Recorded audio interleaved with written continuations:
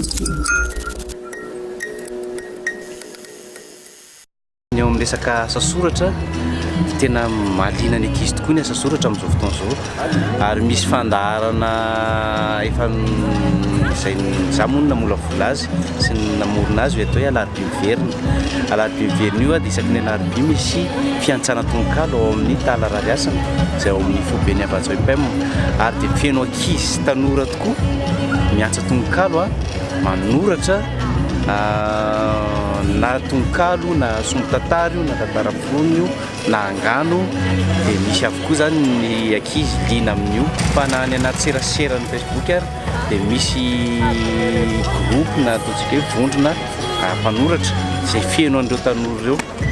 ary tena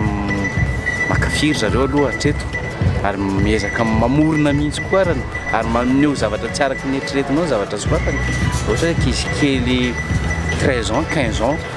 12 ans mahavita manoratra ohatrany tsy maminana hoe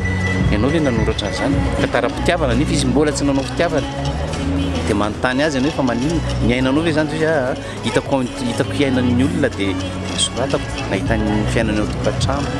ny olana zany eo amin'ny famoaham-boky indrindra moa eo amin'ny resaka ataontsika hoe ny fanapariahana an'izay zany ny sehatra mbola eo amin'ny resaka mpanoratra mbola kelikely ny sehatra tsy toy ny amin'ny mpanakanto hoe afaka manao fampisehoana.